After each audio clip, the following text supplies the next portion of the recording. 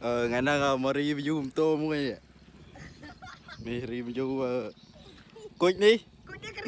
tô nâng lên à $5 chiang liệp tô này còn cối đi $1,500 nè hay tạp lô đi pi đôi chiang hay kép 50 រៀល ហើយច្បាក់វិញងនេះ30 រៀលជាងនេះច្បាក់ល្អខ្នង100 180ខ្នងដុំនេះមកគូទៅមុខទៅក្រោយ50 រៀលហើយថ្នាំងលេខនេះមកដើមនេះ300ជាងបងថ្នាំងនេះមកគុជនេះរួចអត់មានគុជ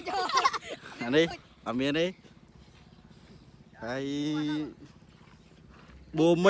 នេះមកគូ50 រៀលដែរមកគូបូមសិនលេងសិន57បូកប្រាំងអង្គយ៉ាហើយប្រាំងនេះនិយាយរកបាននេះអានេះប្រាំងមួយនេះប្រហែលជា10 រៀលជាងហើយខ្សែទីសោនេះoriginal នេះអត់មែនទេខិតតែការផ្សារនេះក៏អស់10 រៀលដែរ$25សោហើយដល់មានអីអស់ហើយខិតតែផ្សារនេះក៏អស់